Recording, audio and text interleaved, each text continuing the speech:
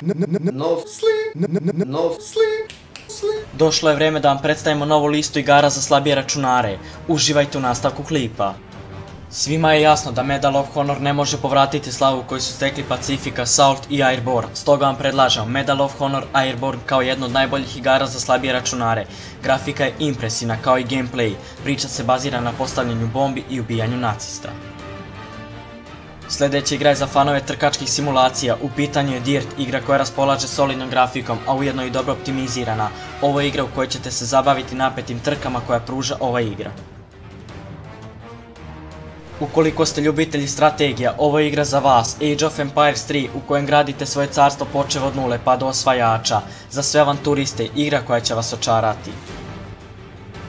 Još jedna ratna igra je pred vama, ovog puta je u pitanju Wolfenstein Return to the Castle. Ne igrajte zbog grafike jer se nećete oduševiti, igrajte zbog slave koju je stekla u svoje vrijeme.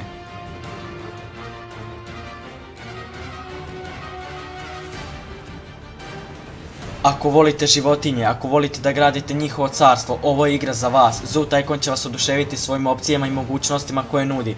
Ovo je naša topla preporuka. Možda i niste čuli za ovu igru, zato vam je danas preporučujemo kao top preporuku ovog klipa. Sherlock Blue Trail će vas impresionirati svojom grafikom i pričom koja je vezana za Vijetnam. I to bi bilo to što se tiče ovog klipa. Do sljedećeg viđenja. Uživajte!